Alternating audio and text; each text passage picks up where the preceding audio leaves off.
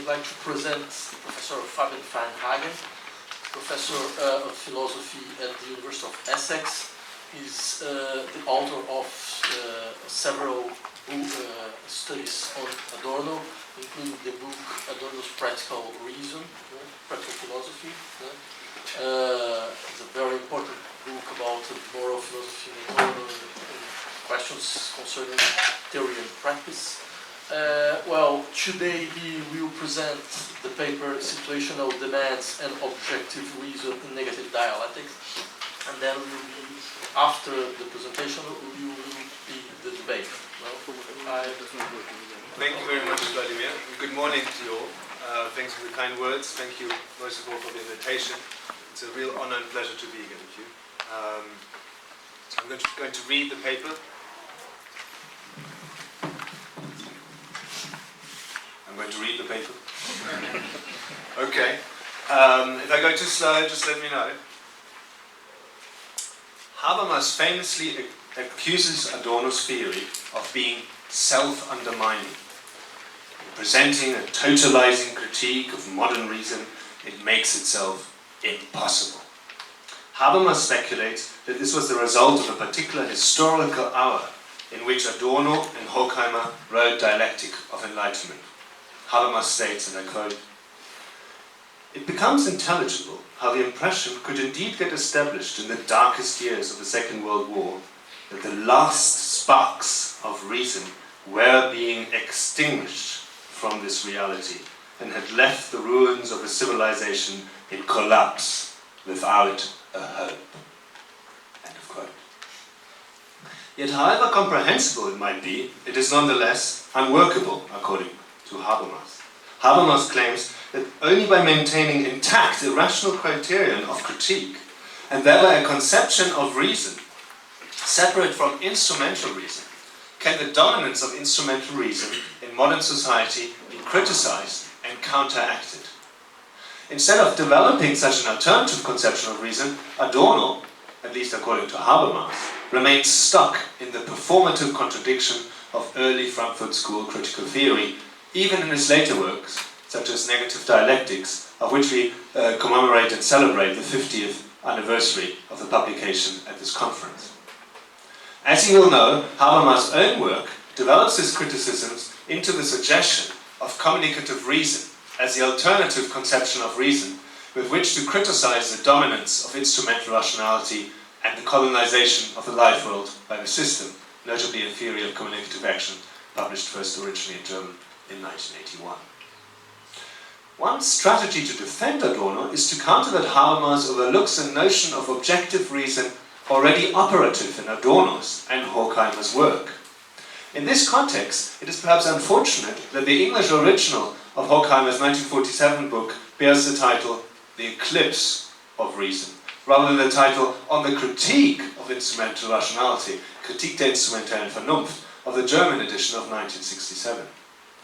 Eclipse does indeed suggest that the last sparks of reasons were being extinguished, or even that they already are extinguished. But anyone who has looked beyond the title of Horkheimer's book should realize that the story is more complicated. Horkheimer operates not with a unified conception of modern reason, as through and through instrumental, but rather with a dual, one is tempted to say, dialectical conception of reason. Instrumental reason is a modern manifestation of subjective reason, or at any rate one such manifestation of subjective reason, but it is contrasted in the modern context with objective reason. I will say more about this contrast later, but for now I just want to note my thesis. My thesis is that the dual conception of reason is also present in Adorno's work, including, crucially, negative dialectics. In this paper, I uncovered traces of this notion by looking at how situational demands show up in negative dialectics. I will explain what I mean with situational demands as we go along. Specifically, I suggest that these demands are manifestations of objective reason. In that sense, the and in my title could also be replaced by an as, to read situational demands as objective reason in negative dialectics. Furthermore, these demands relate, as we will see, to what Adorno calls the materialistic motive of morality, without which moral reason ends up in what he calls a bad infinity of derivation and validity, or what he calls elsewhere, a terrible dialectic. Finally, time permitting, I will also suggest that situational demands as objective reason provide resources for an Adornian account of social pathology. Two of the most important passages for Adorno's practical philosophy are Model 1 and 3 respectively in negative dialectics. These passages are important in a number of ways, but today I want to highlight the way they embody situational demands. Let me discuss these passages in chronological order. But before I do so, one more general comment in relation to the two passages. One of the controversies about Adorno's work is whether or not it includes an ethics, and if so, what kind of ethics. I have published on this matter, and I'm happy to discuss the matter more in the Q&A, the discussion period. But for now, I just want to note that these two passages strongly suggest that Adorno indeed advances an ethics, albeit an ethics different from Kant's ethics. One of the key differences is that by ethics in Adorno's works we cannot mean a private ethics, one merely for individuals, concerned merely with their character traits or conducts as isolated from the wider social context and collective action problems. Adorno clearly and explicitly rejected that notion of ethics. Ethics is private, individualist ethics. But that's not the only notion of ethics we can have. There's a long tradition going back at least to Aristotle, which sees ethics as including politics. Let me be clear here. It's not the idea that there's some individual ethics first, and then we constrain politics by it. No, it's the other way around in a way. We conceive of the ethical as already including the political, such that individual conduct and collective conduct are from the beginning understood as deeply and irrevocably intertwined, sometimes for better and sometimes for worse. Here then is the first passage, and I quote in full. This is Adorno. It is not in the nauseating parody, sexual repression, that moral questions are succinctly posed. It is in lines such as, no one should be tortured, there should be no concentration camps. But if a moral philosopher were to seize upon these lines and to exult as having caught the critics of morality at last, caught them quoting the same values that are happily proclaimed by the philosophy of morals, his cogent conclusion would be false. The lines are true as an impulse, as a reaction to the news that torture is going on somewhere. They must not be rationalized as an abstract principle. They would fall promptly into the band infinities of derivation and validity. The impulse, naked physical fear, and the sense of solidarity with what Brecht called tormentable bodies is immanent in moral conduct and would be denied in attempts at ruthless rationalization. What is most urgent would become contemplative again, mocking its urgency. There's a lot going on in this passage, but for our purposes here today, I will pick up only on some of the elements. First, there's a clear sense that despite Adorno's critique of morality and of moral philosophy, he is committed to an ethics, in a certain, yet to be specified sense. He says, moral questions don't pose themselves in a certain way, and that I think implies that they do pose themselves in some way after all. Second, whatever this ethics is, it is not one that is based on principles, in contrast to perhaps most famously Kant's ethics. Instead, third, morality is related to a somatic moment, the impulse as naked physical fear and a sense of solidarity.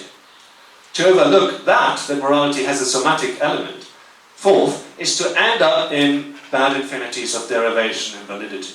And finally, and for our context most importantly, ethics is conceived here as involving situational demands. When torture is going on, ethics consists in the reaction that no one should be tortured. Four of these five elements are also clearly at play in the second passage I want to highlight from negative dialectics. But the second of the five, the element that whatever Adorno's ethics is, it is not one which is based on principles, appears to be called in question by the second passage. But I think that's a mere appearance. In fact, I think the five elements I just highlighted briefly are also present in the second passage. So let's look at it. Adorno.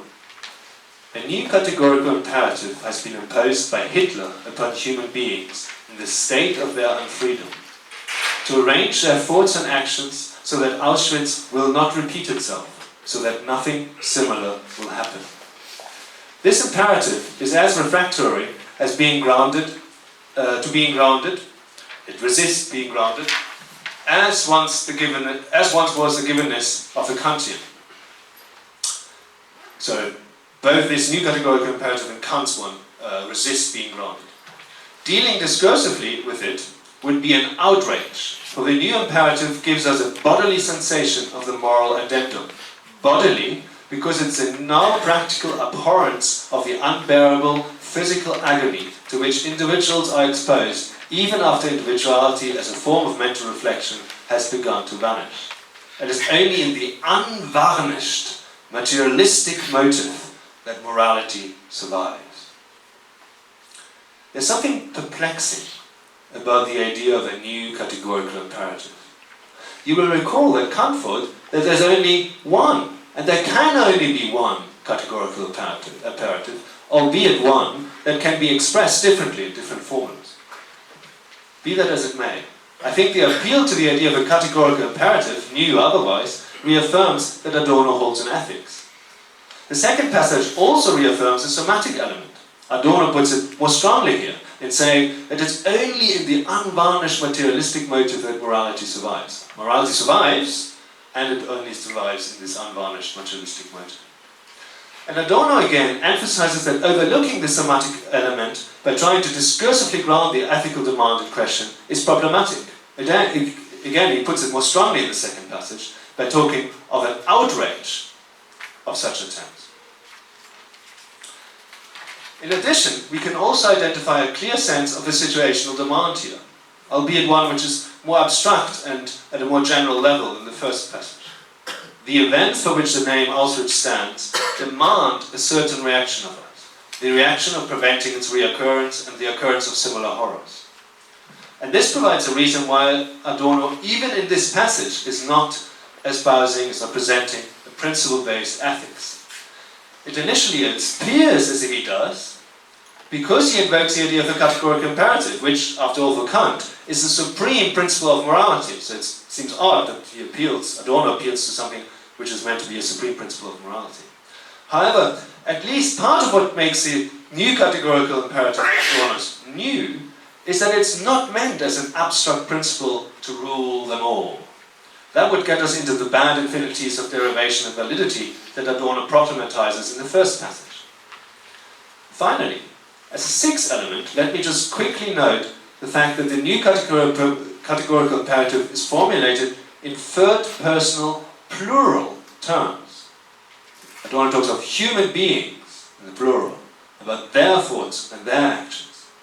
This, and the additional fact that preventing that in our Auschwitz happens, will inevitably involve socio-political matters, not just individual conduct and character traits, indicates a point I made earlier. When I speak of ethics in relation to Adorno, it's not just a private ethics for individuals, but the Aristotelian notion of ethics of which politics is always an integral part. As noted at the beginning, the elements I particularly want to highlight today is the idea of situational demands. Now, that we have briefly looked at the two passages and encountered already two examples, it's time to say a bit more about this idea of situational demands. Let me give you some more examples. First then, here's another example from one of Adorno's lectures, specifically the 1963 lecture course on problems of moral philosophy. And as many of you will know, Adorno first lectured on a topic, then they transcribed them, that's partly why we have them today, and then he used them to rework them for the published text. So this lecture course from 1963 was actually the basis of Model 1 in negative dialectic. So here's what he says in this passage, which actually contains two examples of situational demands. Here's the first one. If we attempt to set up an absolute law and to ask the laws of pure reason to explain why on earth it would be wrong to torture people, we would encounter all sorts of difficulties. For example, the sort of difficulties many Frenchmen have encountered in Algeria, where in the course of the terrible concatenation of events in this war, their opponents did resort to torture of prisoners. Should they follow this example and torture their own prisoners? or should they not? In all such moral questions, the moment you confront them with reason, you find yourself plunged into a terrible dialectic. And when faced by this dialectic, the ability to say, stop, and you shouldn't even contemplate such things, has its advantages. Once more, we see here the idea of a bound infinity of derivation and validity, here interestingly described as a terrible dialectic. But more importantly for our purposes today, Adorno suggests here again, like in the first passage from Negative Dialectics, that the reaction that torture is going on, or could be about to commence, should be one of resisting such a move. Even the difficult situation of the Algerian conflict does not allow us to use torture, but demanded of the French to desist, to stop from inflicting torture. Adorno goes straight on with a second example. For example, consider the moment when a refugee comes to your door and asks for shelter. What would be the consequence if you were to set up the entire machinery of reflection in motion, instead of simply acting and telling yourself that there is a refugee who is about to be killed or handed over to some state police in some country or other, and that your duty therefore is to hide and protect him, and that every other consideration must be subordinated to this? If reason makes its entrance at this point, then reason itself becomes irrational. Here another situation is invoked, the rather topical situation of a refugee asking for shelter. And Adorno suggests that this situation demands to shelter them. If instead of acting on the situational demand, one were to enter into a complex deliberation about what the rational thing to do is, when presumably this would involve appealing to abstract principles like Kant's categorical imperative, the old categorical imperative, then this would again be problematic.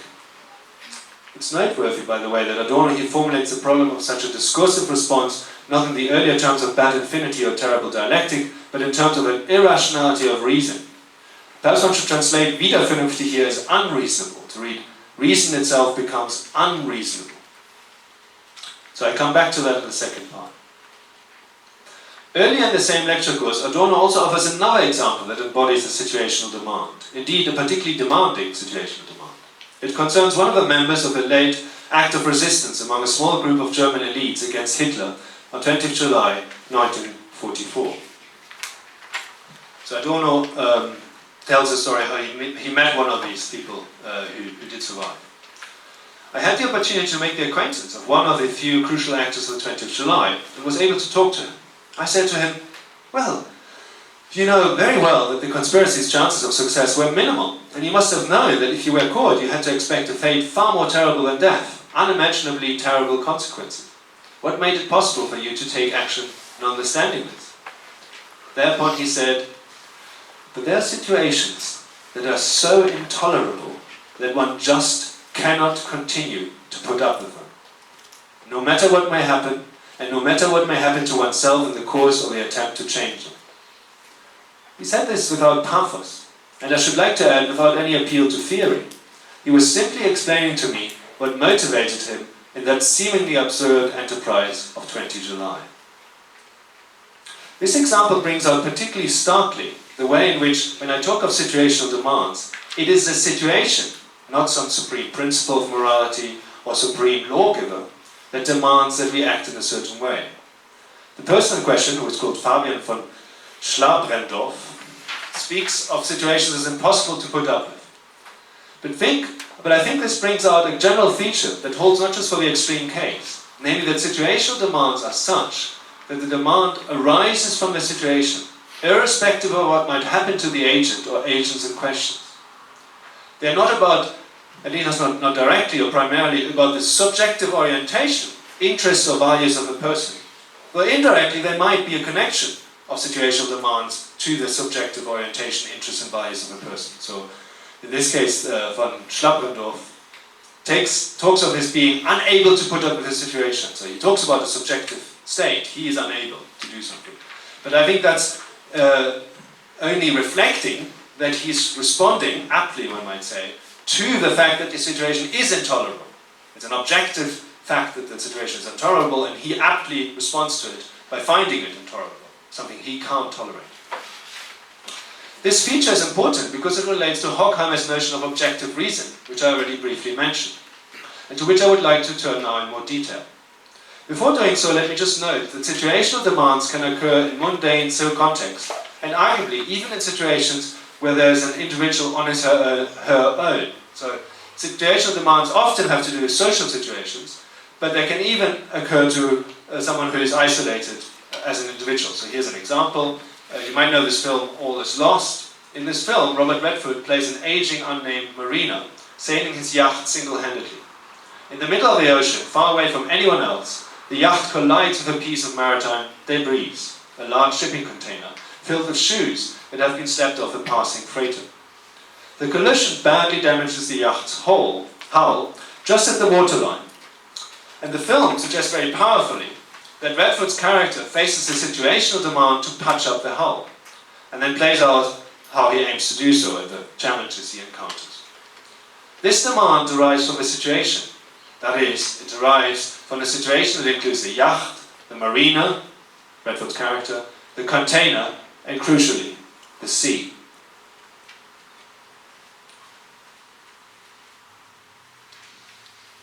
As promised, let me now say something about Horkheimer's notion of objective reason. A good starting point for this is Marx. In a letter to Arnold Ruge, Marx wrote in 1843, and I quote, "Reason has always existed, but not always in a rational form." This claim, I think, could serve as a motto for Horkheimer and Adorno, or almost could do so. They would not accept that reason has always existed, but instead suggest that ever since it has existed, ever since reason has existed, it has not been reasonable. The doubling of reason implied to this claim, of reason and whether or not reason is reasonable, so there's a double element here, already suggests a complex, multifaceted conception of reason, rather than a mere reduction of reason to instrumental reason. Formulation reminiscent of Marx can be found all over the works of Horkheimer and Adorno, but perhaps it's most explicitly in Horkheimer's Eclipse of Reason, where he writes, "Reason can realize its reasonableness only through reflecting on the disease of the world as produced and reproduced by human beings." So the reason is not automatically reasonable, it has to realize its reasonableness. And that involves reflecting on the disease of the world as produced and reproduced by human beings. This complex conception of reason relies centrally on a distinction Horkheimer introduces in this book between subjective and objective reason.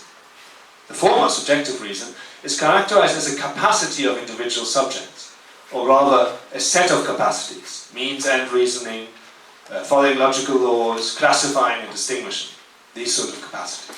So it's subjective reason in the sense of the capacities to reason in certain ways of a subject. It is formal insofar as it doesn't rely on any specific material or particular ends. Subjective reason can be used to decide on the most effective ways to make others happy or to make them miserable, on how to protect people from harm or to inflict it on them.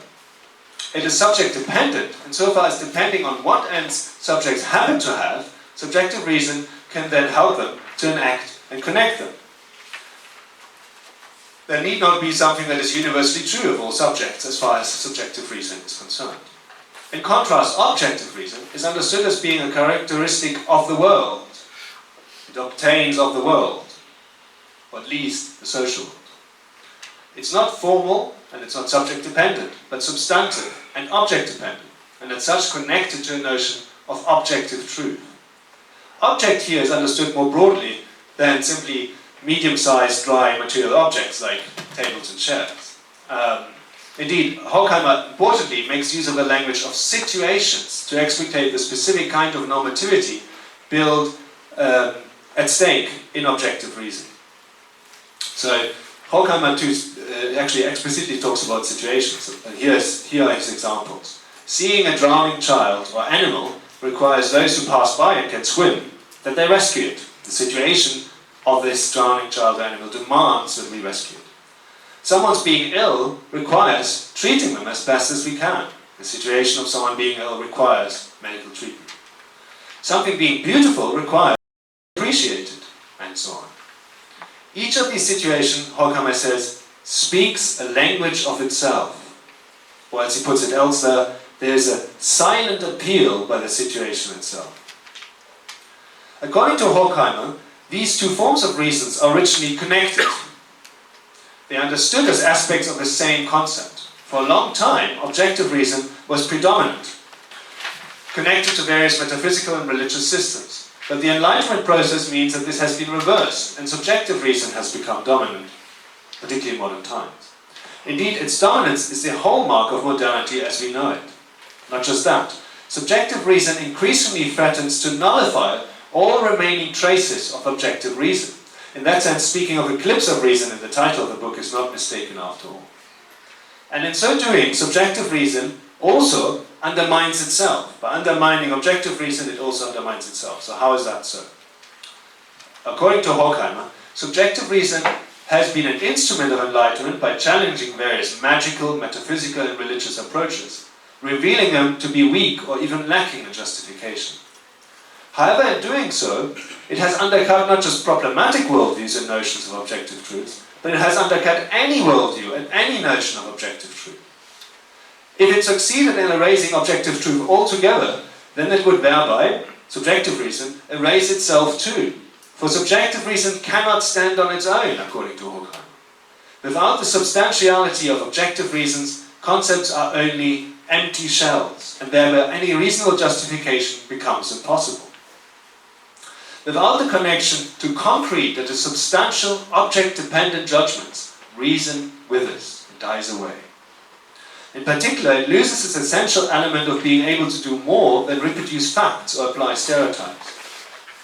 Given that subjective reason is undermining objective reason and thereby undermining itself, it is unsurprising, Horkheimer constatates, that subjective reason has been pliable to reigning interests and forms of domination and co-opted by them and no longer able to condemn them as rational. So if subjective reason stands on its own, then it can be used for all sorts of means and can be used to reinforce domination in various forms. It's important to note here that Horkheimer does not presuppose, as a remedy to the crisis of reason, to abandon subjective reason altogether. Such an idea he finds in Huxley, but rejects as naive and as leading to trust of blind violence, cynicism and contempt for the masses, and thereby contributes also to domination rather than ending it. There's also no proposal here of going back to the previous arrangements where objective reasons had priority. Going back like this is neither possible nor desirable. It's not desirable in good part because past arrangements were not free from domination either. And they were in fact characterized by a thought system which we can and should not accept. Subjective reason rightly unveiled them as problematic. In particular, the force of the system of objective reason had its origins in myths, taboos and the like, and thereby in the justified fear of being overwhelmed by a hostile environment in the first attempts to control this hostile environment. And social domination always went hand in hand with such attempt to control nature. Indeed, modern forms of racism or anti-Semitism, Horkheimer comments, preserve an element of archaic fear. They preserve an element of the cave dwellers' fear of strangers, according to Horkheimer at least. Moreover, past ideas were in contradiction with each other and in constant flux. There's no fixed point to which we could simply return. And proper fidelity to these ideas would not be to ossify them and accept them dogmatically, but to understand that they were in flux. Finally, Horkheimer even goes as far as claiming that reason's illness, as he says, is based on its origin as domination of nature. There is no golden past of reason, but it has always already been intertwined with domination. So I want to be very clear that Horkheimer does not suggest that we could go back to a golden past. There was no golden past. Instead, the remedy would be, according to Horkheimer, to reconcile subjective and objective reason, just as Hegel aimed for. This also means that the subject has to be given its due. Here's Horkheimer, only a definition of the objective goals of society that includes the purpose of self-preservation of the subject, the respect for individual life, deserves to be called objective. Unquote. Among other things, this is presumably a thinly veiled criticism of the Soviet Union and other normally socialist regimes. But it also relates to another point. Overcoming the rupture within the concept of reason is not merely a philosophical task. It's a socio-political one. In the absence of a required socio-political changes, of the required revolution or fundamental transformation, the question arises how critical endeavours, including critical theory, can continue. What enables the self-reflection of reason and the critique of its reigning form as unreasonable? So we're here back, in a way, if you like, to some of the Habermasian criticism. So how is it possible to do critical theory in the absence of this fundamental social transformation? Unfortunately, on that point, Horkheimer's text is not sufficiently clear, containing a number of seemingly different strategies, none of which is well worked out. One such strategy seems to be to rely on the residual elements of objective reason still available to us. Specifically, the claim is that language still harbours such residues, things which sort of survive from an earlier age. In this way, we have to rely on something from the past, like feudal attitudes or long-forgotten forms of worship and superstition. Here's Horkheimer. These old forms of life, smouldering under the surface of modern civilization, still provide, in many cases, the warmth inherent in any delight, in any love of things for its own sake, rather than that of another thing. The pleasure of keeping a garden goes back to ancient times, when gardens belonged to the gods and were cultivated for them. So Horkheimer has a suggestion that by cultivating things for the god, we learn this idea that we cultivate something for an end in itself, and not just instrumentally. And he says, even the idea of human dignity feeds on the awe of the gods and the rulers in the past, and would become an empty phrase, the idea of human dignity, without an, however buried, experience of this prior awe. Now, I think that's what the text, the text clearly says these things, but I find them very perplexing that he says them, even problematic. So I want to first criticize them a little bit and then see what I can rescue them. So why is it perplexing and problematic? It seems to rely on this idea of golden past again, which we saw he also rejects. The awe of the gods and the rulers might have led people to develop the idea of ends in themselves, but it does not mean that there genuinely were such ends, rather than the domination-induced illusion thereof. Moreover, Horkheimer and similarly Adorno suggest that the ability to experience these archaic origins is withering, it's dying away, and with it the ability to wield objective reason of that sort. With the decline of individuals, sketched in chapter 4 of Critique of Instrumental Reason, the force of resistance is in decline too. As Adorno puts it at one point in Negative Dialectics, those who will see through the apologia of a total society are certain to die out. Sometimes Adorno speaks not of the awe of the gods, but the negation of past injustices, and that seems to me the more promising strategy. So we might, our notions of objective reason might live of the negation of past injustices. Memories of these negation of past injustices are required, he suggests, in order that concepts like freedom, equality, justice, humanity retain some substance with which to criticize the subjective reason and social reality. This seems more a promising avenue to pursue. And I think some of the work of Oskar Negto and Alexander Kluge might have pursued that avenue a little bit more. But I think it's promising among other things because it's compatible with what I call negativism, to which Adorno and Horkheimer are deeply committed. So let me just briefly explain negativism and then sort of continue the thread of the main argument. Negativism can at least take four forms. It can be methodological, epistemic, substantive, and metaethical. The two notions I want to briefly explain which are relevant here is epistemic negativism and metaethical negativism. According to epistemic negativism, we can only know the wrong, the bad, or illness, or the abnormal. We cannot know the positive counterparts, the good, the right, or the health, or the normalness. So epistemic negativism is a claim about knowledge, particularly about our limitations of knowledge. It says our knowledge is limited or non-existent when it comes to the good, health, the beautiful, and so on, perhaps. But we have some knowledge, there's an asymmetric claim about the bad, the wrong, illness, the abnormal. The qualification of epistemic negativism is important. Now, you could have an epistemic negativism which just holds in all situations. I think Adorno holds one which is sort of more qualified. He wants to say, in our historical situation, we can't know the good and the right. Doesn't mean we can't. It's not a claim, a claim like Locke about human finality of human cognition altogether. It's a claim about in our modern particular modern late capitalist context, we don't know what the good and the right is. So that leaves open the possibility that we can seek residues of objective reason in concrete bads and the history of resistance to them.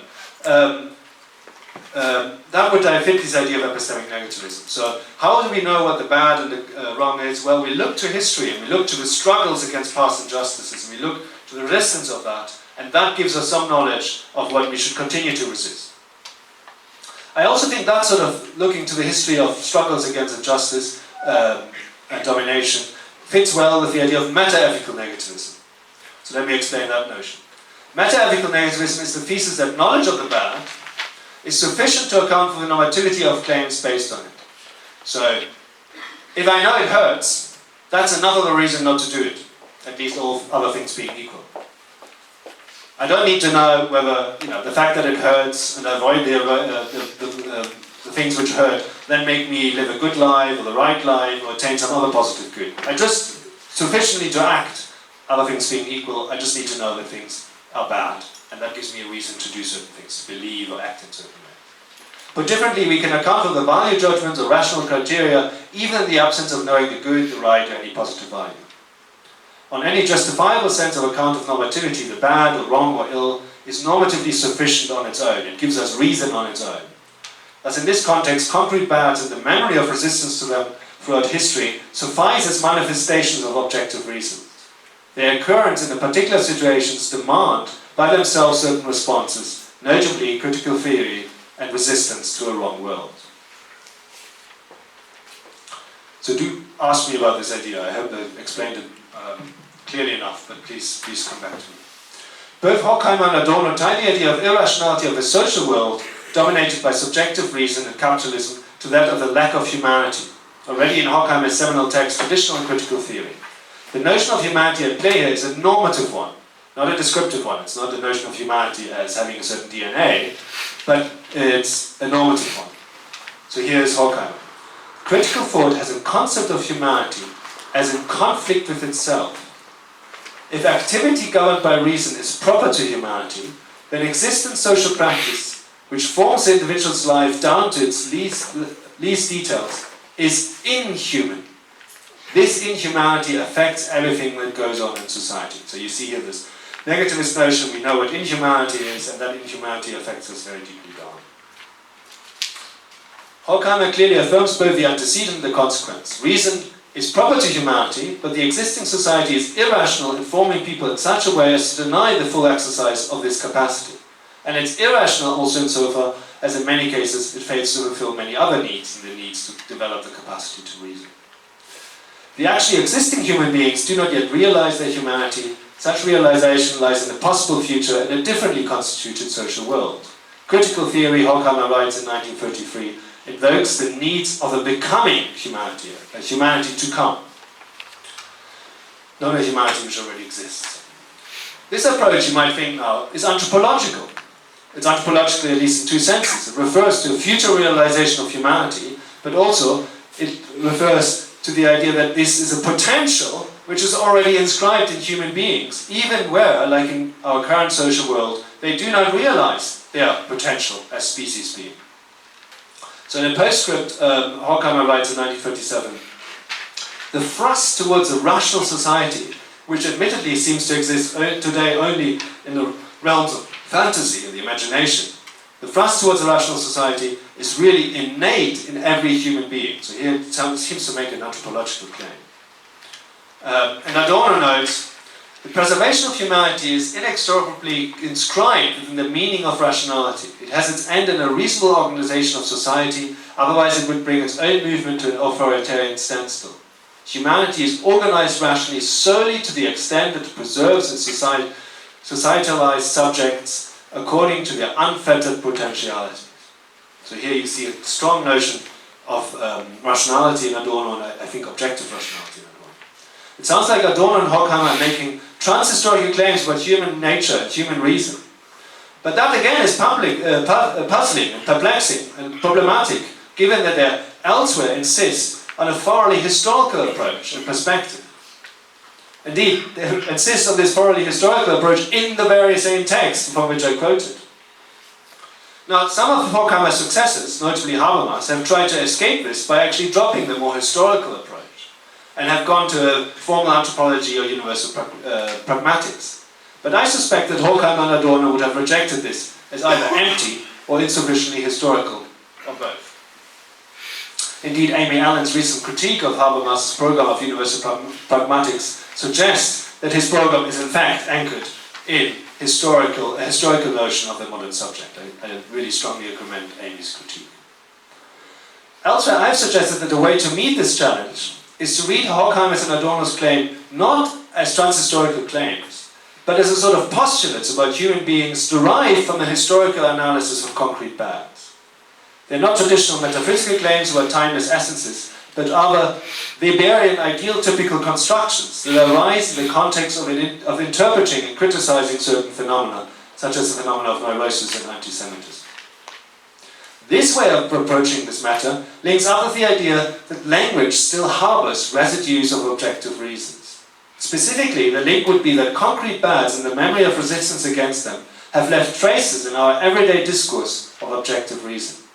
Critical theory's role would then be to mobilize these traces, these resources, by way of reminders, disclosing concrete bads and how they are interconnected and entwined with a social system that we cannot but generate, with a social system that cannot but generate them.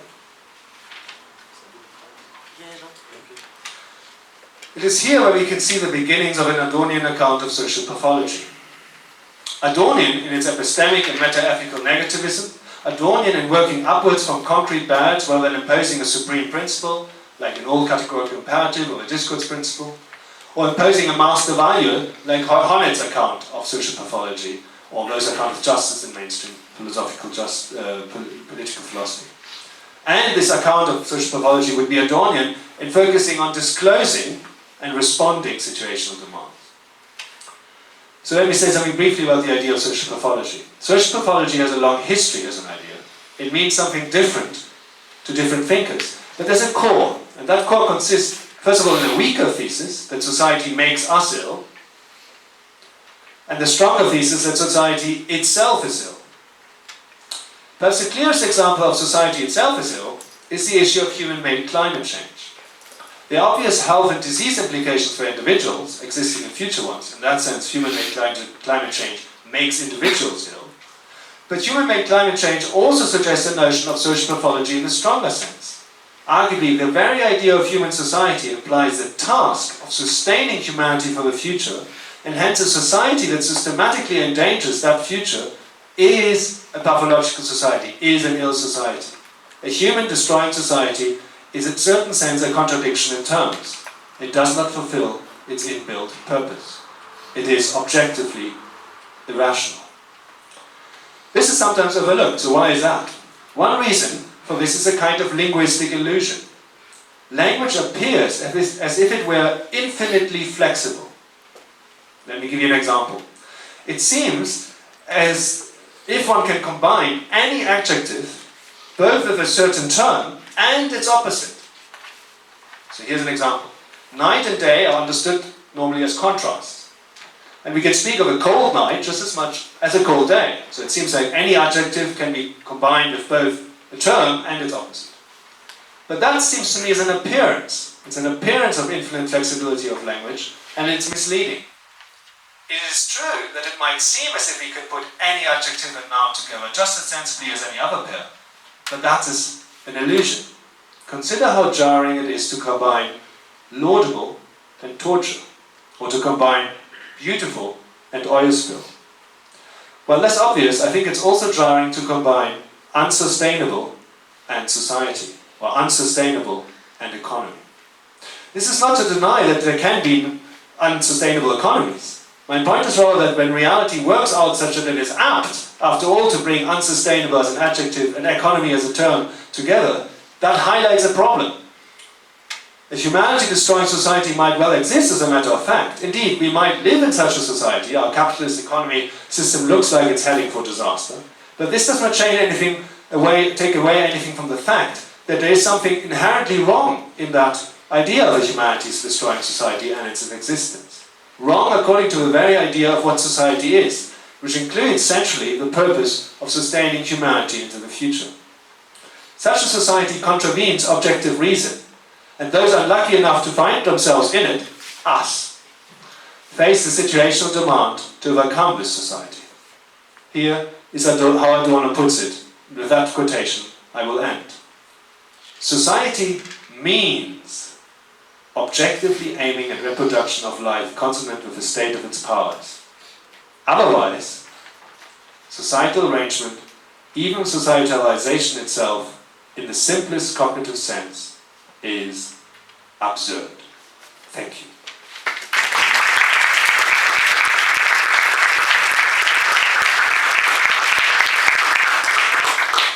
Well, first of all, thank you so much, Fabian, for this really wonderful presentation.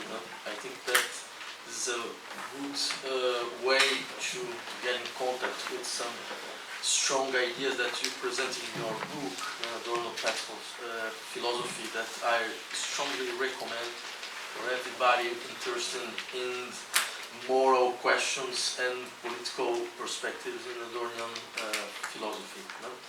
Well, I have some questions, actually not exactly, let's say, a question, but a way to try to understand your choice. No? And at the end I will, let's say, put some questions. You can say this. It's a question. Sure.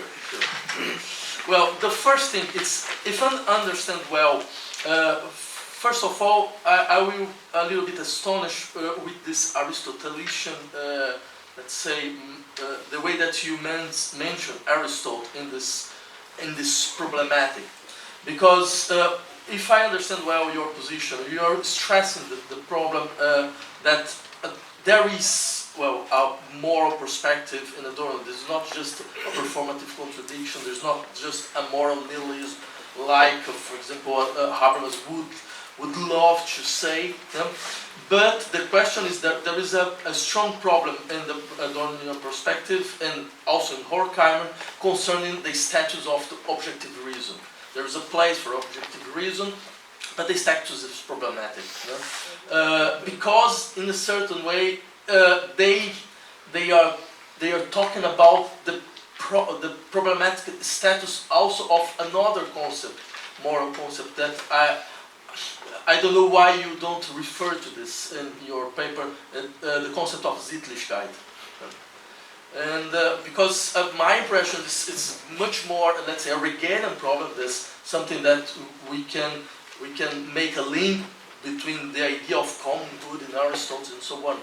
Because if there is a possible moral judgment, we must accept that it's not just a private ethics, a private perspective, but we need to, let's say, to reinforce the idea of existence Sittlichkeit. But the Sittlichkeit doesn't exist anymore.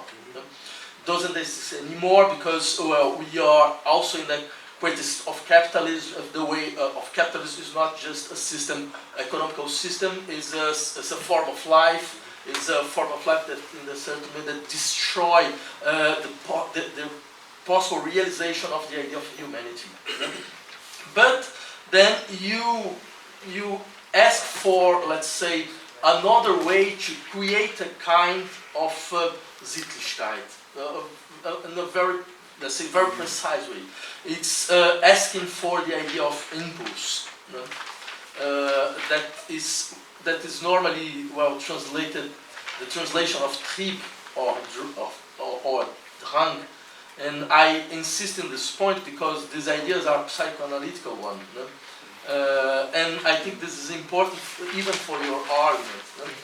Because in a certain way, when you use the idea of situational demands, I was a little bit astonished, surprised, because normally I thought, well, he will try to show how consequentialist is, let's say, is a moral perspective. But actually it's not exactly the case at all, because your situational demands, and even the examples that you use, is a way to show how, let's say, a bodily implication can be a moral skill, a very important moral skill. And then the first question, do you think that this idea of situational demand is a way to give space for the idea of compassion? Because every example that you give is our example in a certain way where compassion have a role. For example, the example of refugee.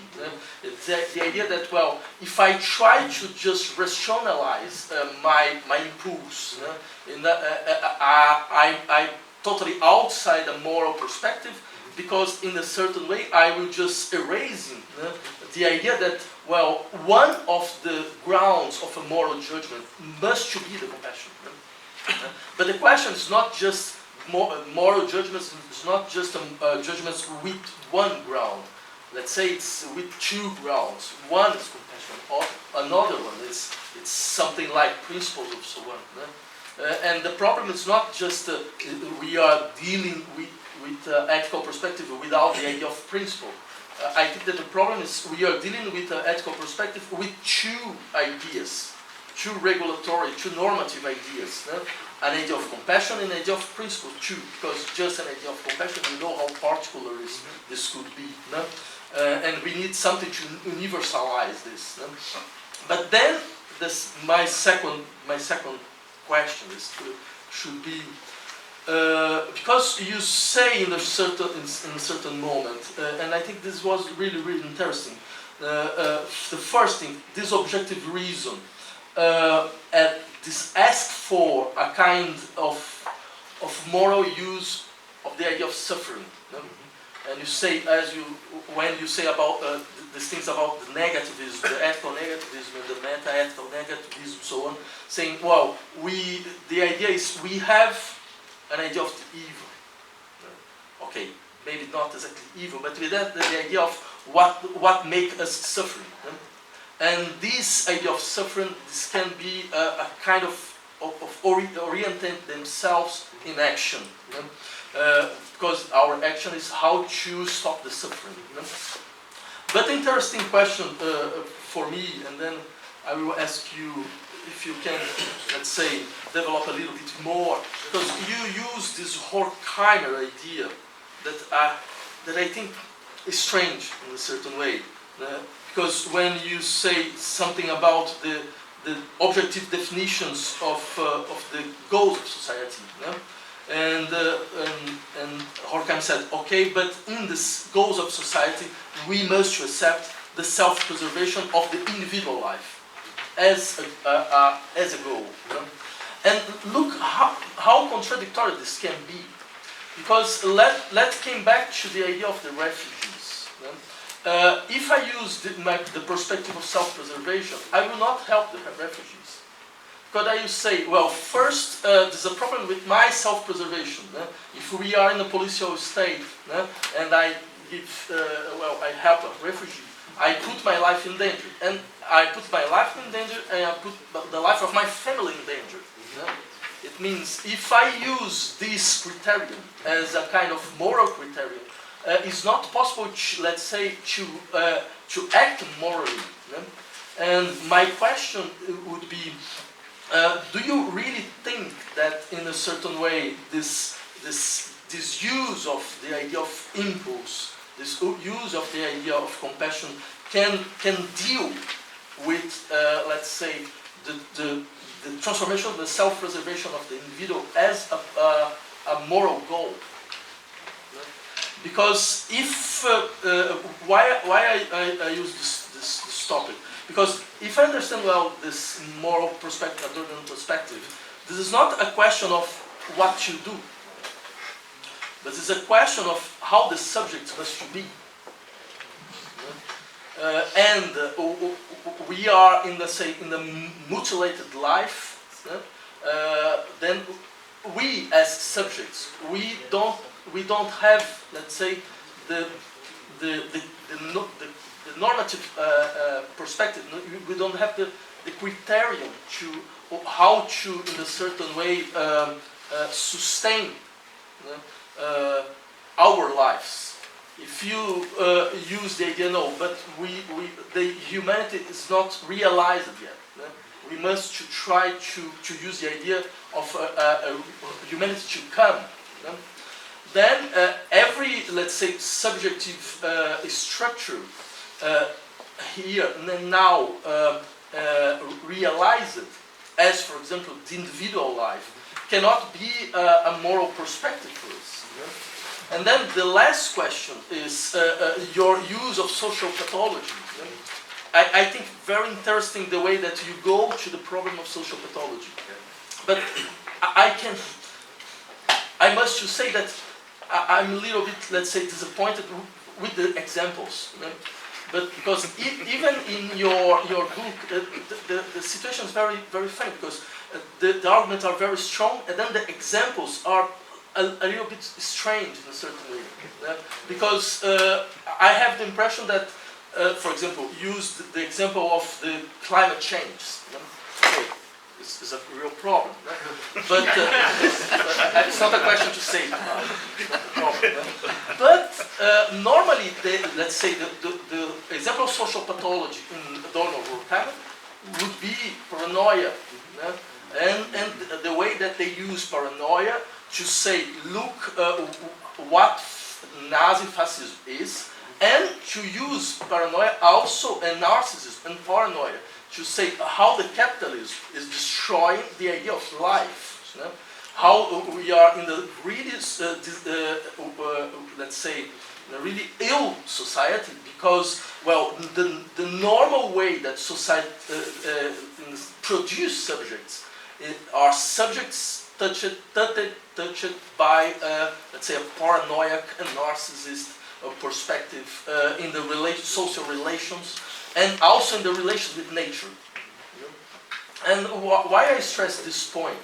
Because if we accept that this is the most important social pathology, it's a way also to say, well, it's not a question to elevate another time, well, the individual life as a moral perspective, because this individual life is a life organized in a society that normalizes the idea of, for example, paranoia. It's very interesting, for example, just to remember the way that Adorno used the same structure of paranoid projection to say about astrology in the stars down to earth.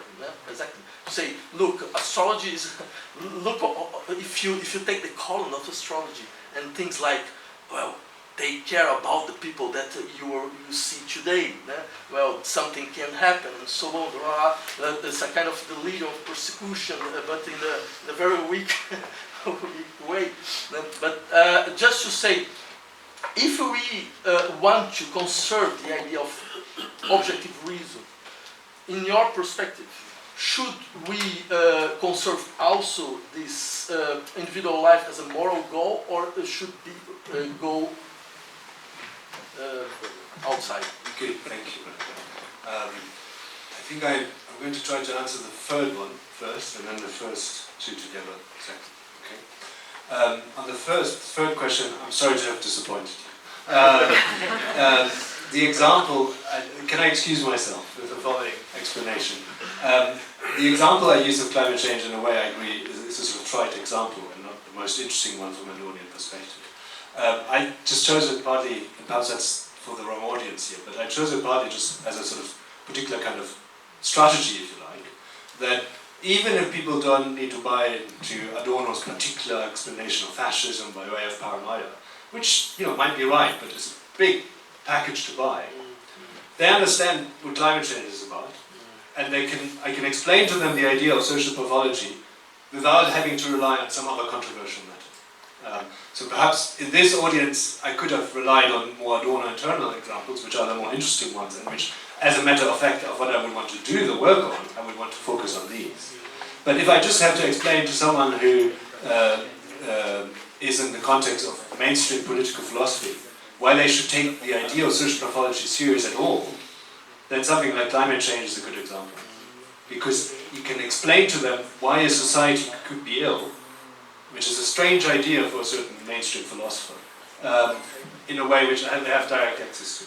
So in that sense, I agree, the more interesting examples are other ones. I just use it for a particular strategic purpose which might have been misplaced in this context. Apologies. On the more, the other question, I guess, so I hope what I'm going to say speaks to both. I mean, the first sort of more boring move, I guess, is to say, I call it Aristotelian for a reason which I say a little bit more in a moment, but that didn't mean to imply that it's not also Hegelian. I mean, it's a sort of obvious thing to say that Hegel is, in a certain sense, Aristotelian. And I think actually I will give you an example of why I think it's actually very importantly Hegelian in a moment. So I wasn't meant to exclude the Hegel. I think the reason why I went to Aristotle more than perhaps directly to Hegel is that I think, not necessarily Aristotle himself, but the Aristotelian idea is useful to bring out some features of Adorno's view and Horkheimer's view, which are overlooked, particularly by Habermas and Habermas. Partly why they overlooked is because they assume either that you have a sort of Kantian principle-based conception of ethics, or a consequentialist principle-based conception of ethics.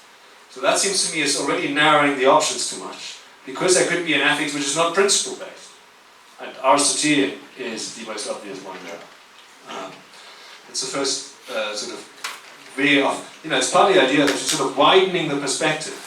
Only if you have a narrow perspective do you think Adorno has certain problems here. That's because you're already assuming a certain notion of what morality and ethics is, and I just want to widen it. The second thing which I think is important about Aristotle, which Hegel inherits, but it's perhaps first in Aristotle, is the idea that I think this idea of objective reason is very well developed more it's already in the Aristotle.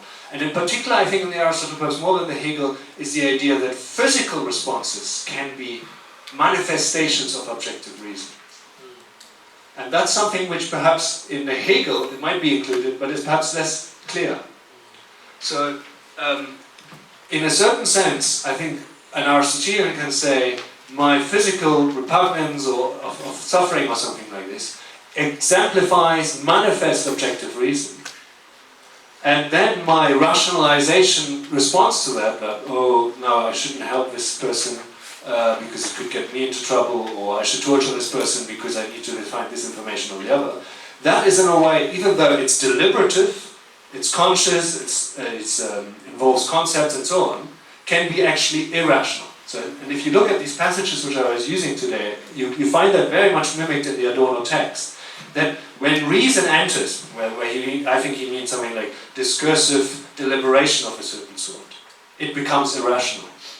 And you can read that as a sort of irrational dogmatism in Adorno, but I think that would be just misunderstanding it. So again, you need a sort of wider understanding of what reason is to be able to say a certain form of deliberative discursive approach is irrational. In part it's irrational because our physical impulses can embody objective rationality, and these impulses are then neglected or overturned. So that's something which the Aristotelian framework can help us see. I completely agree that a dimension of that is then to bring in Freud and psychoanalysis into this particular Adornian Aristotelian picture. I didn't talk about that, but I didn't want to exclude that. I want to see that as compatible with that. Okay. Let me say something about the compassion. I think the physical impulses are, first of all, that you see this suffering going on, you say it ought not to happen. Now, I think for Adorno, that need not mean that the only reaction there can be is compassion. And that I want to stress. Compassion is one of the reactions, and I think there is a sort of link to Freud, there's also a link to Rousseau.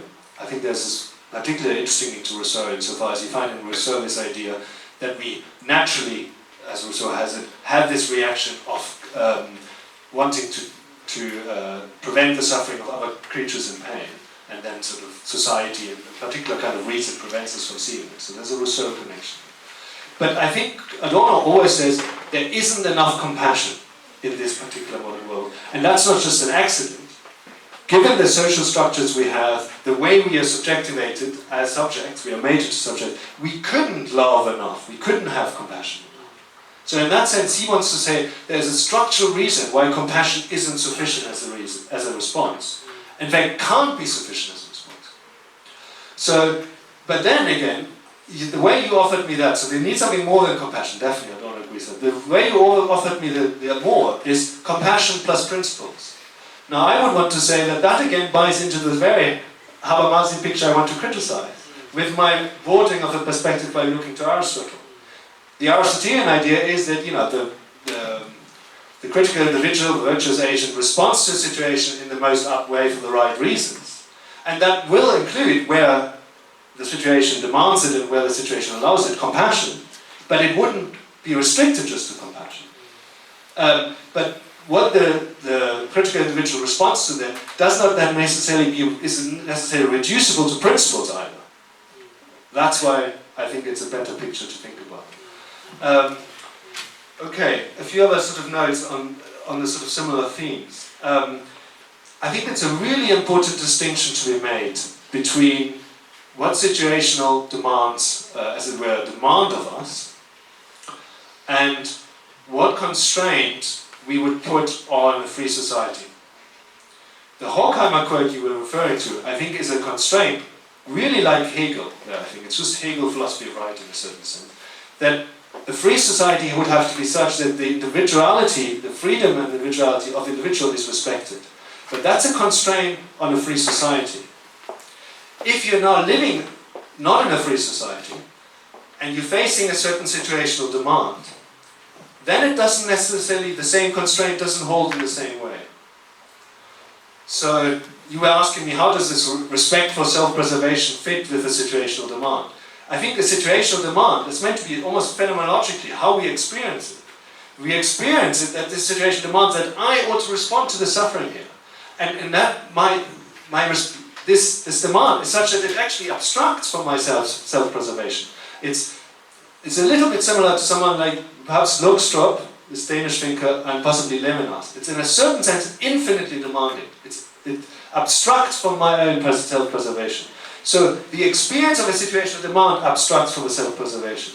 It should be, in a free society, placed in a context. That's the Hegelian move. There's a sort of institutionalization move. It should be placed in the context that situational demands only arise for me where my self-preservation is also respected. But if I lack that Sittlichkeit context, as you know, we both agree Adorno thinks we lack, then this constraint of my self-preservation can't be respected. That's to do with background conditions. And the demand still stands to me in the same way. And in that sense, Adorno famously says, there is no right life in the wrong world. So you can't live rightly, partly because if you do what morality demands, you might have to sacrifice yourself.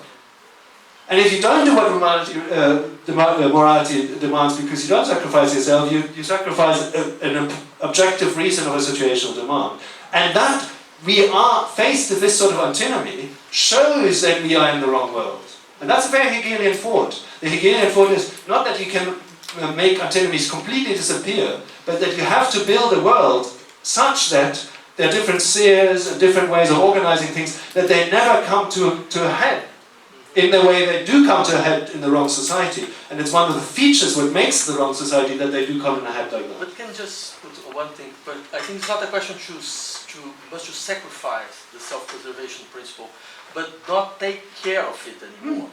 It means, because if you say something like, well, but even in let's say in the fair society, we should take care of the problem of self-preservation of the individuals. You see, every action will be made by a calculation in a certain way, because I need to calculate the problems concerning myself. No, I didn't mean it like that.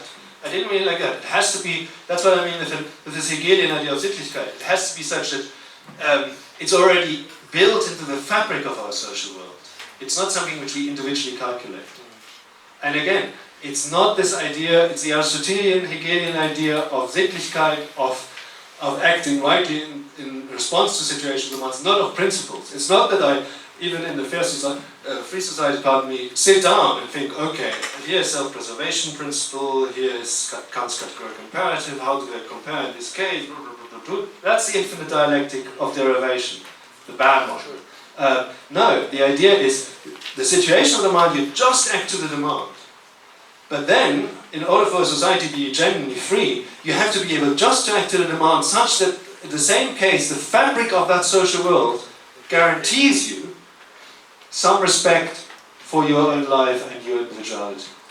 It's not that you calculate it, it's something which we consciously govern our free world together, such that individual situation, that's a background condition which is already in place.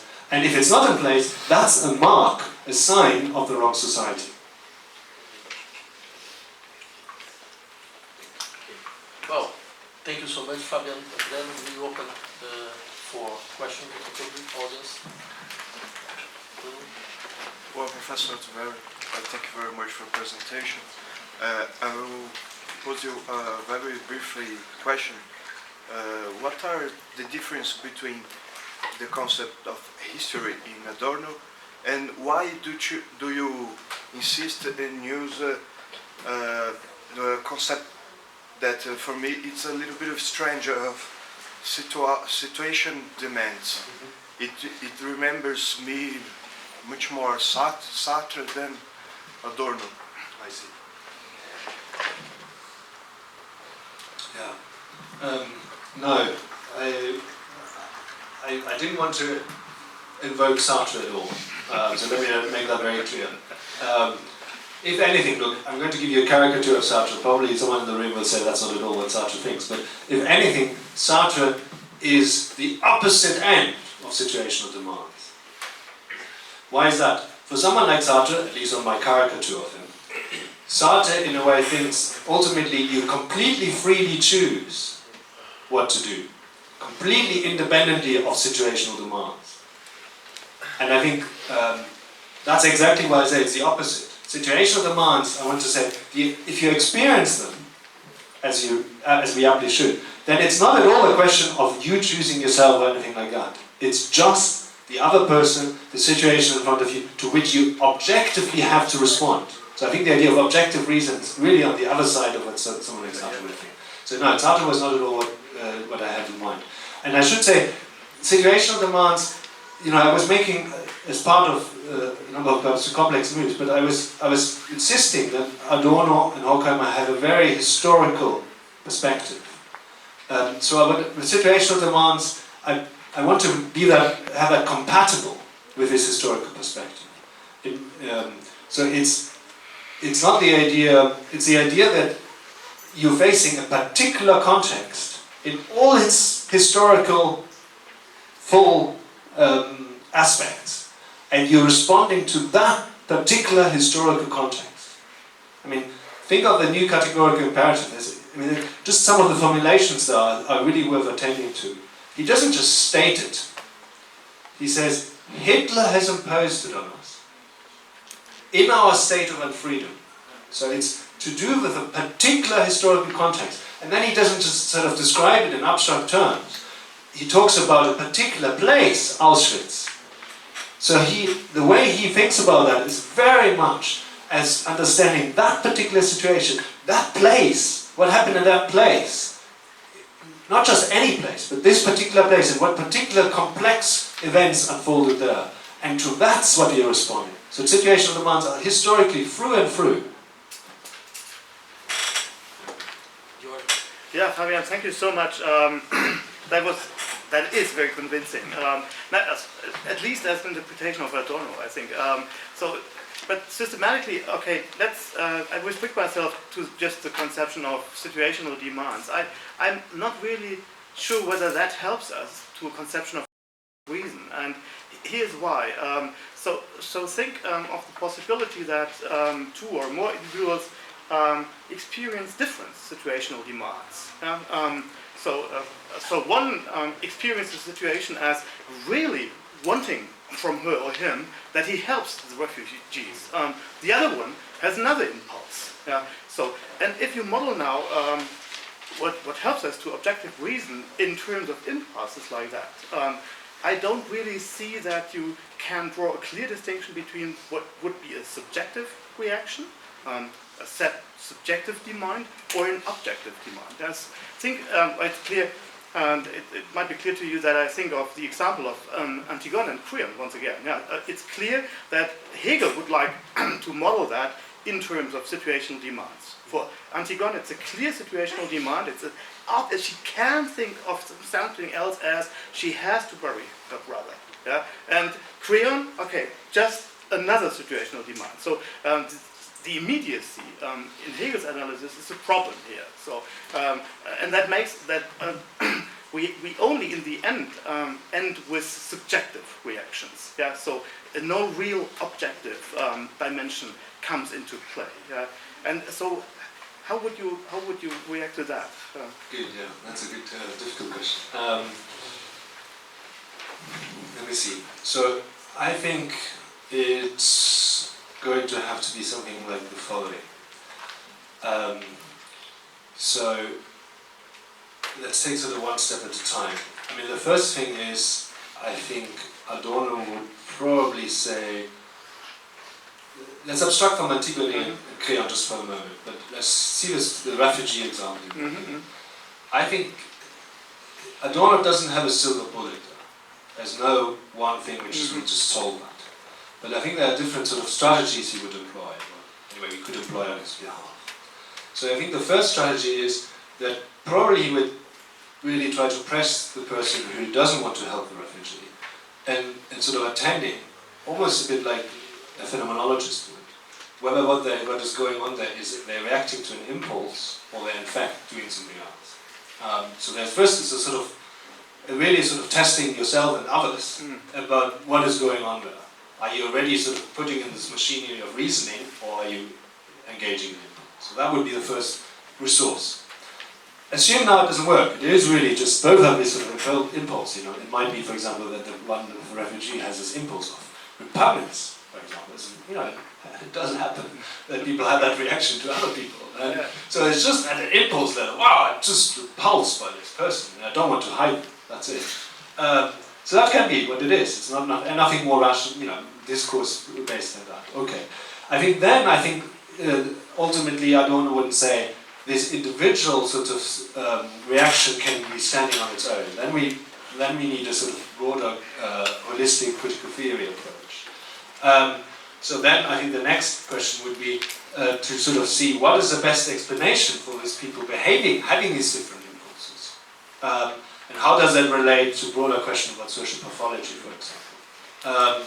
And I think so that would be a secondary source. You don't just look at the individual reaction, you see how that individual reaction fits into a broader picture.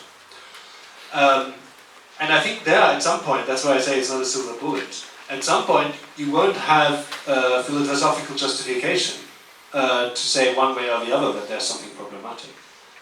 Because if you try to do that, then you commit the outrage of this discursive grounding, which Adorno thinks is both not possible and actually not a desirable move to make. So what you then have is something like éducation sentimentale and visualization disclosing strategies. You try to show them different things. You show them an image of this 5-year-old boy in Syria and whatever. So you're working on their impulses and their sense reactions and see whether there's a way in which they could fit more with your own partisan view of the world. That's something more than what it is. I guess sometimes I think that might relate to the Freud story. Sometimes in Adorno there's a sort of additional move there, I think, going on. Actually, it relates partly to your talk, which, apologies, I don't understand any Portuguese, but Vladimir helped me, so I might have misunderstood it, but blame it on Vladimir. So there's an interesting question here about this impulse passage, because, you know, if you just think about it, Adorno says on the one hand, not immediate reactions are sort of problematic, and one of the problems with Heidegger and so on is that, you know, they think immediacy is the way to go. And, oh no, they haven't read Hegel, everything is mediated. But on the other hand, you find these passages where it sounds like this direct impulse reaction is the truth, and any sort of mediation by principles and so on is where you go wrong. So how do you bring these two together?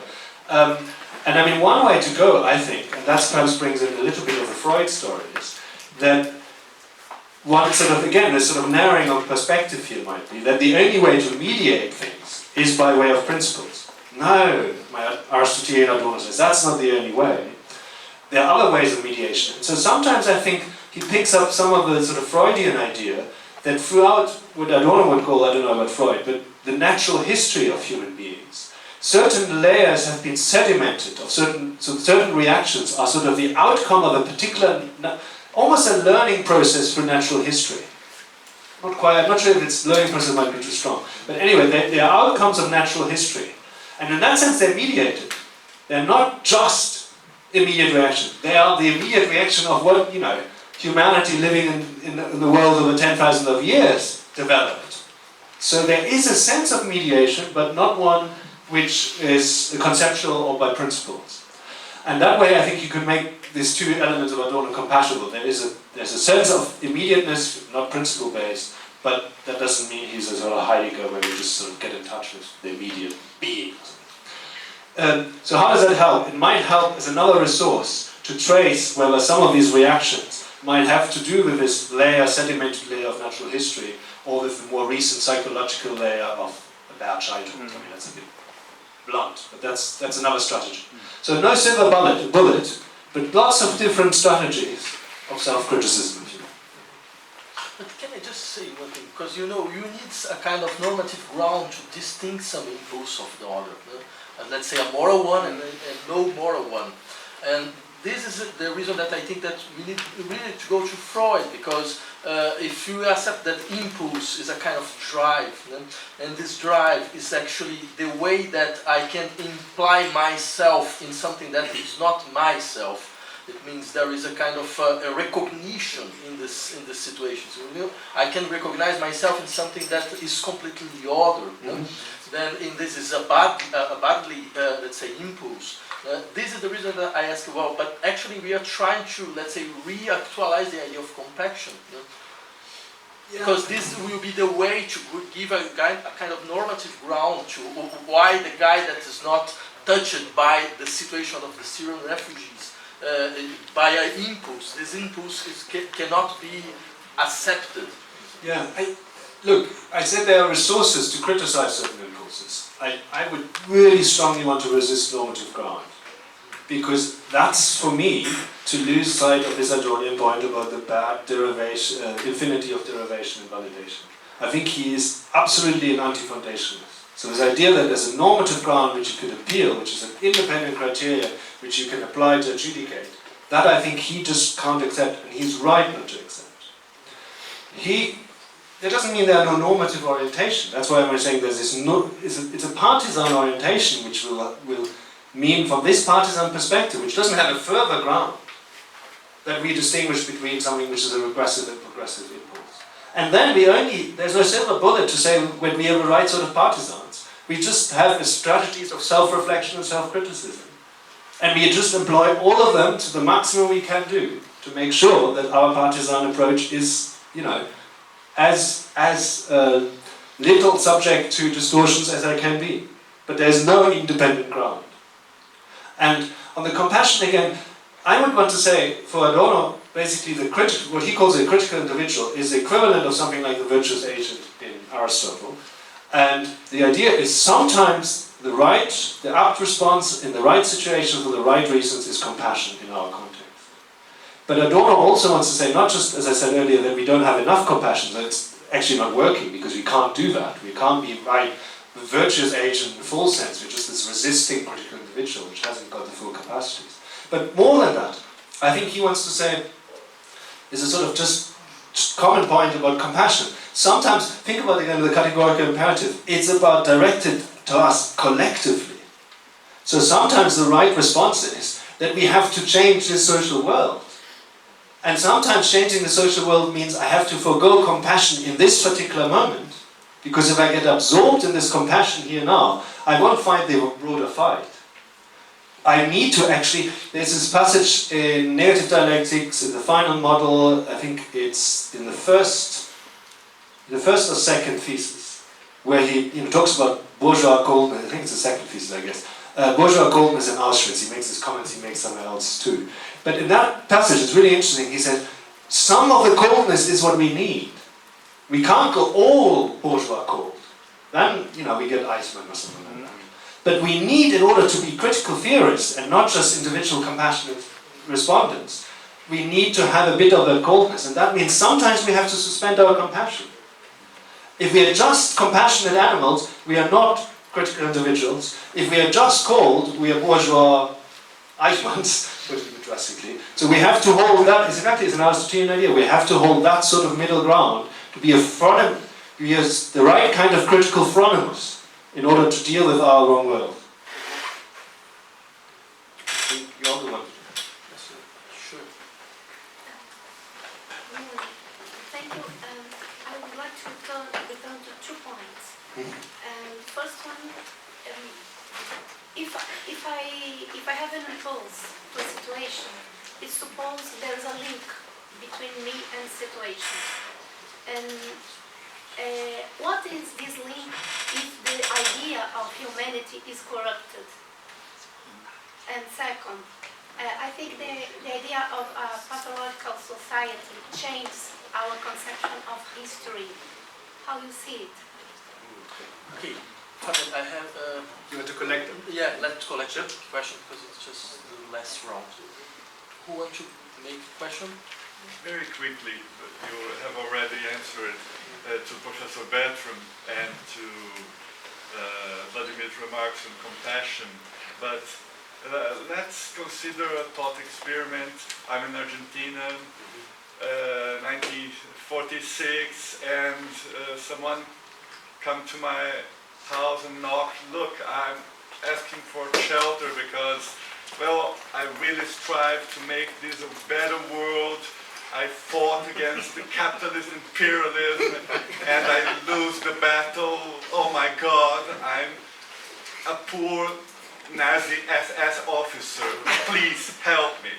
So, how would an impulsive reaction to this situation guarantees no normative morality, but even if in a more Sartrean way, a free, detached answer to a situation of demand that demands for a rational answer and not for an impulsive one. One more question.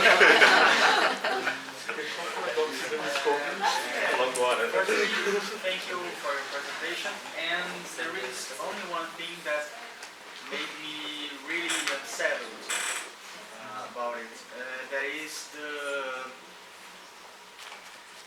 it seems to me that the situation of the man appeared just as purely contingential.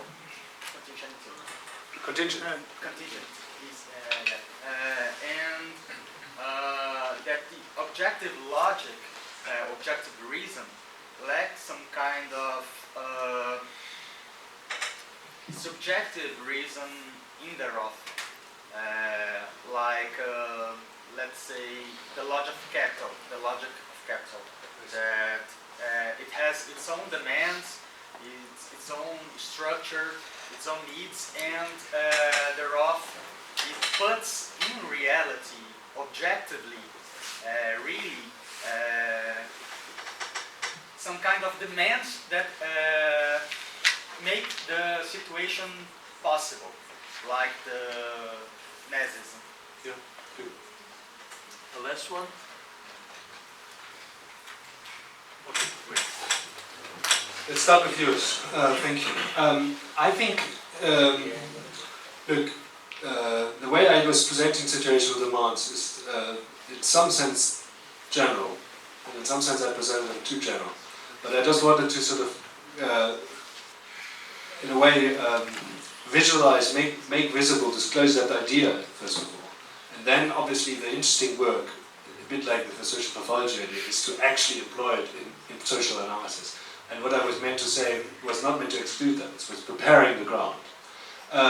So on the specific example, the idea of a situational demand can just be, I walk past the pond, there's a child, or interestingly, an animal drowning, and I should respond to the demand by saving it. Now there's probably no wider structural issue here. There could be, but there probably isn't. But the situational demand idea is not, can be put together And in Horkheimer and Adorno is put together with a social analysis, I think, of a basically Marxist sort, that we have these particular social demands because of a particular social structure with a particular logic. So it's not meant to be incompatible with it, it's meant to, just a general idea, which then, together with the Marxist social analysis, could say, we are, and that's what I was hinting at very at the end, we are facing a society which for structural reason demands that it should be abolished. It for structural reason is the way it is, the wrong world, and it's being the way it is, the situation being that it's that wrong world, which has a certain logic and structure to it, all that, demands that we fight it. And hopefully we succeed in abolishing. So it's not meant to be taking away any from this idea of the logic of capital or social structures. It's meant to be compatible with it. In fact, making visible certain things, which otherwise might not be visible. Okay.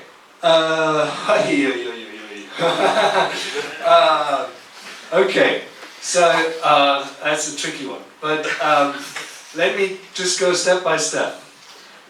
Can I just deny the last statement you made as exactly the sort of thing which I want to get away from, and which I want to widen the perspective on? You said it's not an impulse, we're not asking for an impulse, we're asking for a rational response. Now, before I come back to your specific example, I want to just object to that idea, and that's the Aristotelian point I was making earlier. That is to suggest that impulses could not be a rational response. It's making, from my perspective, a false alternative. It's either an impulse or a rational response. And that's exactly what I think Adorno and Aristotle, in a certain way, at least want to get away from. It could be that the impulse is a more rational response. It could not. It could not. So, that's the second move. I accept that sometimes, that was also what I was saying, sometimes the impulses are themselves problematic. And then we need to use other resources to then distinguish between the impulses. So in that sense, it's not that the impulses are the only thing we have.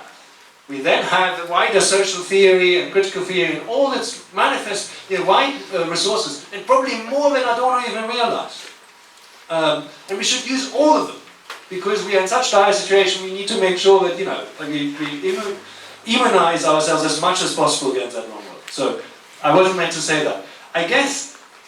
I think the one reminder he would have, and I think he's probably right to have, it's a sort of double reminder, is that most of the time what happens now, think of Adorno in a way, on my reading, this issue about situational demands is even true a bit, if you like, of his theory. His theory is meant to be an apt response to a situational demand. And so he thinks our situation, say in philosophy, is such that there's a priority of a subject of a certain sort. And the apt response to that situation is to insist on the priority of the object. In a different situation, it might not be apt at all to insist on the priority of the object. The priority of the object is not a thesis which is transhistorically true. It's a response to a particular context. And I think he wants to say that in our particular context there is a downgrading and not just a downgrading, a domination of the body and physical impulses in such a way that in that context the right sort of response to that situation is to insist in a certain sense on the priority of the body, because it's a thing which we often sublimate, forget in various forms, and we need these reminders. That doesn't mean that in each particular individual instance that's the right thing, but we have to, there's a sort of priority of the body given our wider way of thinking about the world, and not just thinking, in the way this thinking shapes our very practices, including our practices of how we govern ourselves. And that is a sort of related point. It doesn't necessarily mean the impulse to hide Eichmann is the right one.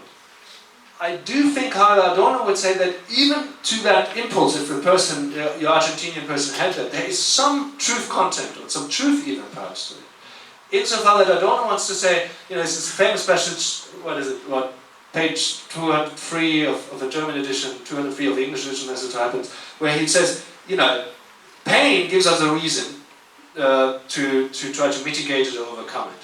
I think that's a sort of prima facie reason. There can be other things which trump it in a particular occasion, but it each time gives us a reason. So even if I go to the dentist and it spares my pain in order to avoid pain later, so I overridden my pain, there is a normative remainder for Adorno. It always gives us a reason. So even in your case, there is a reason in some sense here to help someone in pain. That doesn't mean helping someone in pain always is to give them what they want. So Honneth once, I had a big debate with Honneth about this, and Honneth's example was, look, in Germany there's no speed restriction on the Autobahn, on the motorway. And there are some people who really suffer if they go to different countries and can't go 200 miles an hour on their motorway. Doesn't that disprove your theory? And I said, well, no it doesn't. It doesn't mean we should let people drive 200 miles an hour on the Autobahn. But if there's someone who really suffers from not being able to do that, there is something wrong there, and we need to do something about it. Okay. So, how is the link between the situation and the impulse? I agree that to some extent, in an Adornian picture, our humanity, our individuality is so much either not just not fully realized, but it's also so damaged. We're so damaged as individuals. So perhaps you might say, look, we can't really line up with the situation demands. Our impulses can't line up. And I conceded that there are cases where impulses don't line up to the situation demands. And then we need to look at the broader history, psychological history and social theory. But I guess I want to say, I think with Adorno, I think there is a certain sort of naturalism, and I think it has to do with Freud, with him, that seems to say that it's very, very hard to eradicate some of these bodily reactions which have been sedimented over this long history. We have to, part of what is interesting about paranoia and neurotic behavior is partly because it shows us how hard it is to try to control and suppress these things, and how much damage it then causes as a consequence. I mean, part of this explanation of these phenomena is that actually they are the consequence of our trying to suppress this, our sort of more bodily nature, and how difficult it is. So it's not exactly that he absolutely trusts the bodily nature, it can mislead us, these impulses. But he wants to say again, within our particular context, actually probably not that wrong to try to listen to it more, rather than listen to our reactions which are already suppressed them in these various ways. That's why I said the first reaction is to check whether they're actually acting both on impulses or one not anymore. And then I guess there's this natural history idea which I really enjoyed. So there is perhaps a natural historical development that impulses and situation have become aligned. Last point. How does social pathology relate to history? So I think I want to sort of highlight within the particular historical understanding mode in which Adorno operates. But I think even within that mode, he wants to say that within our even if a historicized understanding of languages of our world, there are certain normativity built into this language, into the very idea of society, has built certain things in. And if our historic situation is such where we don't realize this built-in normativity, then we're facing a social pathology. So I just want to sort of highlight again this quote from, it's a Horkheimer quote, I think Adorno would just subscribe to it. Reason can realize its reasonableness only if reflecting on the disease of the world as produced and reproduced by man. So here is very much the social pathology idea. Disease of the world is already this idea of social pathology. It's produced and reproduced by human beings. So it's something which historically has come about and is historically being reinforced in a particular way. And so it's an analysis, it's a diagnosis of social pathology, which comes hand in hand with then that diagnosis having to be very historical about how has it been reproduced, as a sort of genealogical element, and how is it being reproduced at this current moment, that's the social theory element. So I see them as very much in tandem with each other. Well, thank you so much, Fabian. Thank you.